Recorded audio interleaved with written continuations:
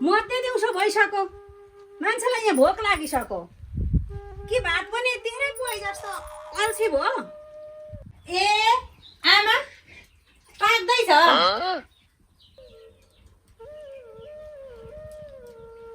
तर अलिक नुन चाहिँ कम भए जस्तो छ ए छोड्दै नुन सुन नुन कम भयो भने जीवन मिठो हुन्छ ए हरामी पहिला खुवाउन त सिक अनि पो थाहा हुन्छ त जीवनको मिठो नमिठो त्यसै मिठोको सपना देखेर मात्रै हुन्छ कमाइ समय छैन अनि कहाँबाट मिठो सपना देखेर हुन्छ मजा खाटामा सुतिरहेछ मोबाइल हेरिरहेछ अनि त्यसै मिठो सपना देखो भइगयो साँगर न साँगर खाने बेलामा आँगर त्यसै सपना देखो भइगयो आमा तपाईँ पनि दाइलाई कति कराउनुहुन्छ किचकिच गर्नु भएको के दाइको बानी अहिले मात्रै यस्तो हो र पहिलेदेखि यस्तै त हो दाइ अनि भाउजू यसो दाइलाई सम्झाएको भयो नि त नि यसो तपाईँले भनेको मान्नु त के सम्झाउनु तपाईँको दाइको बानी अहिले मात्रै हो र पहिल्यैदेखि यस्तै त हो नि म त सक्दिनँ सम्झाउनु जे सी गरौँ होइन यो च्याउसी त म माथि पो खनिन्छ त मैले मात्रै मोबाइल चलाएको देखिस् सारा दुनियाँले चलाउँछ नि त मैले मोबाइल चलाएको हो र मेरो भविष्य हेरेको हेरिस भविष्य मोबाइलको ठाडो हेरेर भविष्य पत्ता लगाउने भएदेखि किन चाहियो ज्योतिषी पण्डित कामना काजको मुला साग कुन दिन बुहारीले लट्ठी लाएर खेद्छ अनि हेर्छस् भविष्य त्यति बेला थाहा होला भविष्य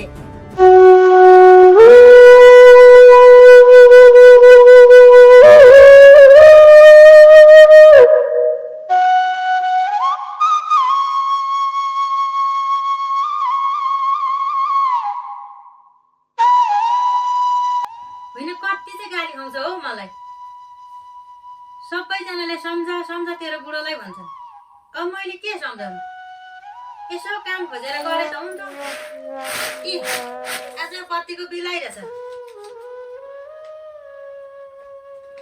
पैसा पनि कति धेरै उठेको होइन बिल उठ भनेर के चिन्ता गर्छस् है बुहारी कति बालेकै हो बिलमा पैसा त उठिहाल्छ नि त तेरो पैको नि कमाइ छैन पो अब ऋण काँडा तिर्नु पर्ने होला अनि ऋण काँडा बिल तिरेपछि साउली आएर घरबाट खेद्छ अनि त्यस पछाडि त घरको न घाटको ऋण भएपछि कहाँ आनन्दले बस्न पाइयो र यता तना उता तना के जताततै तनावै तनाव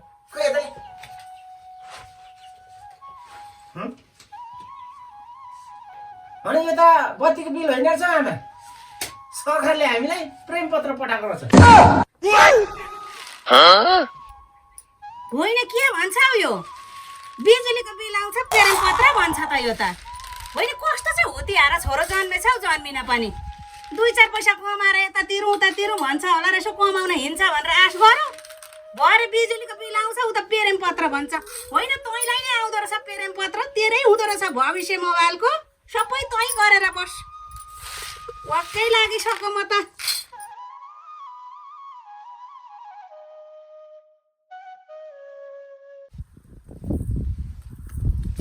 हेर घरमा छोरा मान्छे भएको के काम बुवाको हालत यस्तो छ साह्रै नै हुती आएर भयो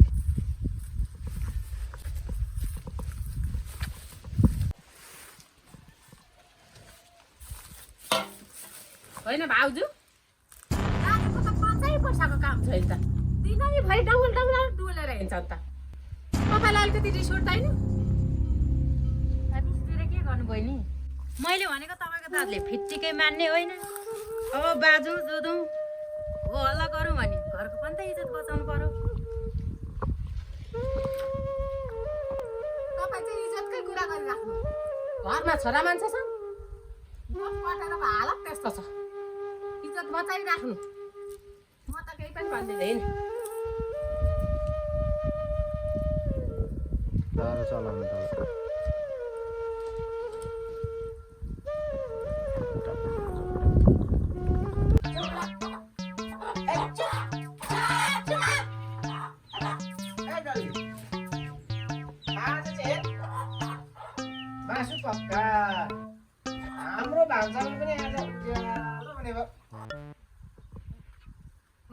अस्ति नै कुखुरा किनेर ल्याएको हो कि ढाँटेको हो? कुखुरा त बोकिरहेछ त।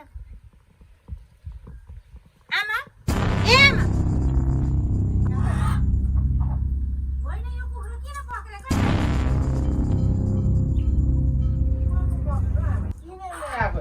ल्याइस् किनेर घरको कुखुरा पक्रेर ल्याइरहेछ किनेर ल्याए भन्छ। होइन घरको सरमा म चिन्दिनँ। काम न काज खाना चाहिँ मिठो अल्छे तिम्रो स्वादै तिम्रो खुब मासु र भात खाने 2 पैसाको कमाइ छैन। खाना चाहिँ मिठो मिठो मासु र भात त्यहाँ पैसा कमाउन यत्रो मुठो पैसा कमाएर खसी काटेर खाए नि भइगयो नि। घरको कुखुरा त दिनमा त काटेर खाना त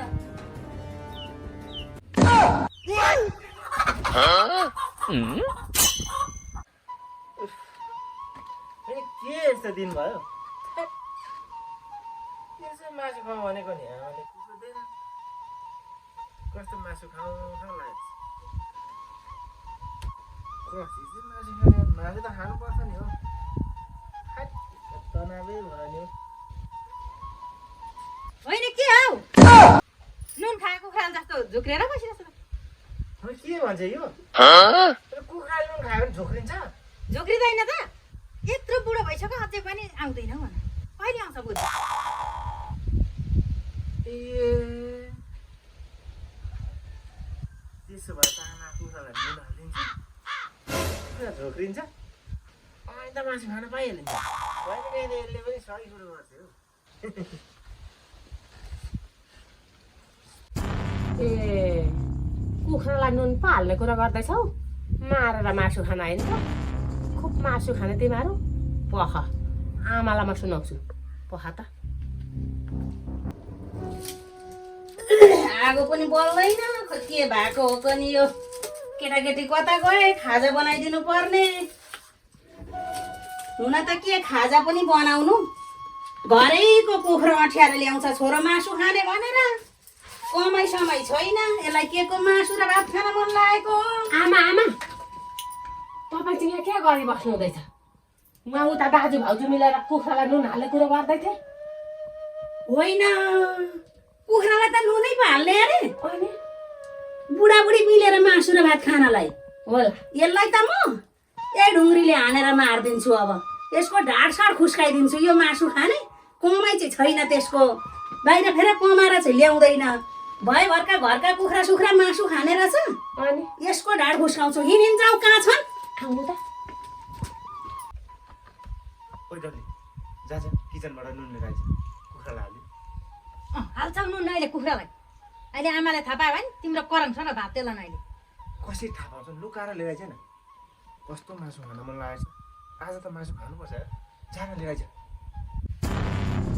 क्यारे वाला छिनी के भनिस् अरे? अब त घरको कुखुरा नुन हालेर त मार्छस्। यत्रोलाई मात्रै मासु खान मन लागेको? खान्छस् मासु र भात? हालेर तर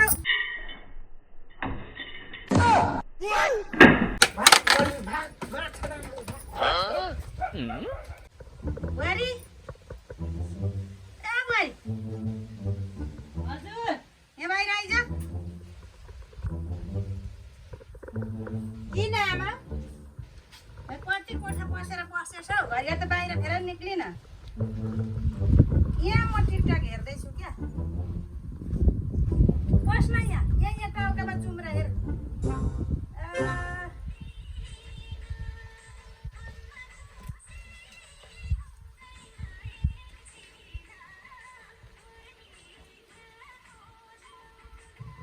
अरूका त सासु बुहारी कति मिल्छन्, हाम्रो चाहिँ कति दुश्मन जस्तो गर्नु। अब त छोड्दे। पाल्ने पनि तँ होस् फाल्ने पनि तँ होस् होइन र? हो यहाँ राम राम राम राम राम राम। अब चाहिँ हाम्रो घरमा केही हुने रहेछ है। आज त सासूबुहारी यस्तै भएर जुम्रा हेरिँदै रहेछ त। होइन दाजु चाहिँ कता जानुपर्छ भाउजू? देख्दिनँ त। के भन्छ यो? ए छोड छोड छोड कता लगो?